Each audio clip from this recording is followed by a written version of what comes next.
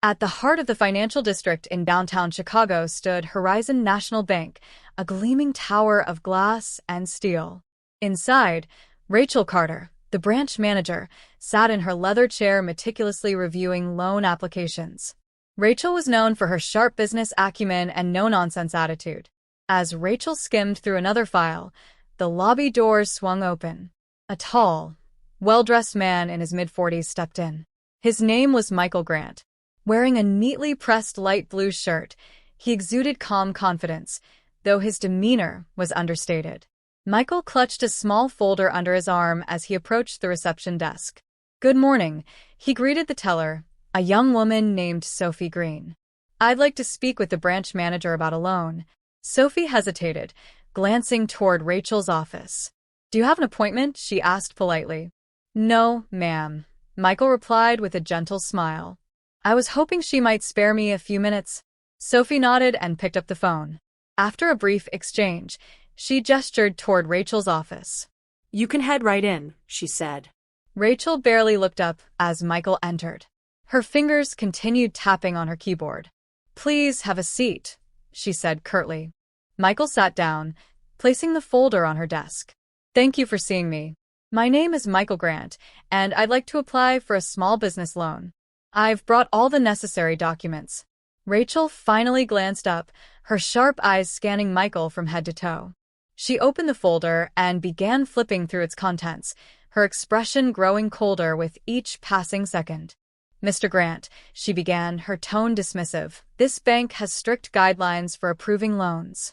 Based on what I'm seeing here, I'm afraid you don't meet our criteria." Michael leaned forward slightly. "I've been banking with Horizon National for over a decade. My credit history is impeccable, and my business plan has been reviewed by experts. Could you clarify which specific criteria I'm not meeting?" Rachel's lips pressed into a thin line. "It's not personal, Mr. Grant. The decision is final."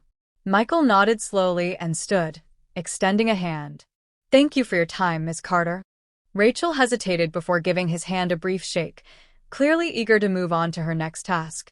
Michael exited Rachel's office and walked back to Sophie at the teller window.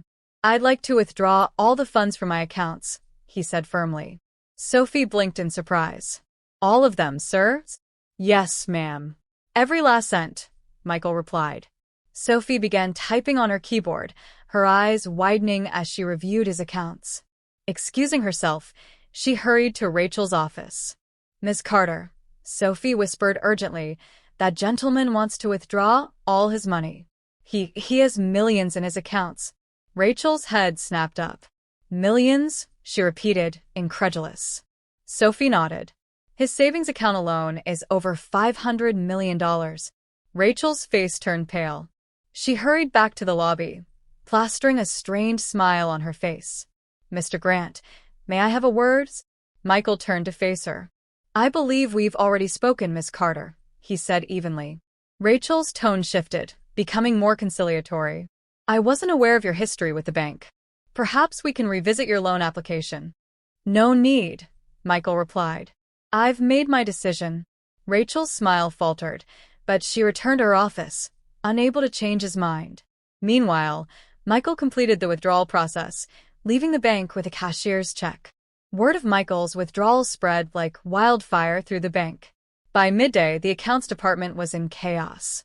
The sudden removal of such a massive sum sent shockwaves through Horizon National's finances. Pending transactions bounced, and by the end of the day, the bank's liquidity was critically low. Rachel paced her office, making frantic calls to the higher-ups. "We need an emergency injection of funds," she pleaded. "One of our major investors has pulled out." Her superiors were less than sympathetic. "This is on you, Rachel. Fix it," one executive snapped before hanging up. Outside the bank, Michael sat at a nearby cafe, sipping coffee and observing the unfolding chaos. He had expected fallout but was surprised by the speed of the collapse.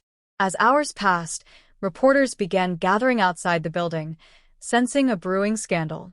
By the following morning, Horizon National Bank had filed for bankruptcy. Employees arrived to find the doors locked and notices posted. Clients were furious, demanding answers. Rachel's name became synonymous with the debacle, and her career was effectively over.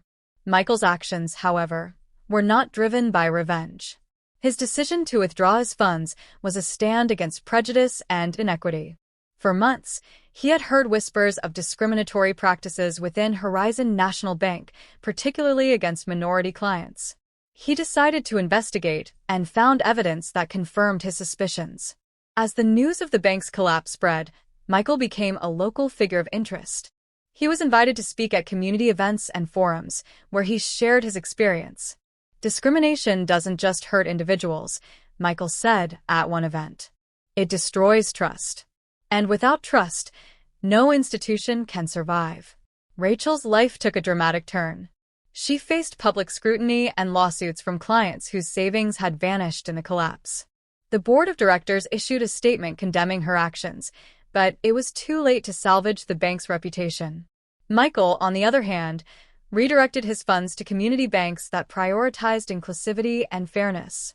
He also established a scholarship program to support young entrepreneurs, ensuring that others would have the opportunities he had been denied. The collapse of Horizon National Bank became a cautionary tale.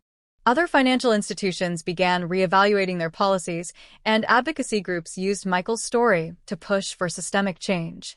For Michael, it was never about revenge. It was about shining a light on an issue that had long been ignored. His stand against prejudice sparked a broader movement, proving that one voice, steady and determined, could make all the difference. And so, the story of Michael Grant and Horizon National Bank became a powerful reminder that integrity and fairness are the true foundations of success. Thank you for watching the story to the end. If you enjoyed it, please like, share, and subscribe to our channel. Don't forget to turn on notifications for more inspiring content. Have a great day.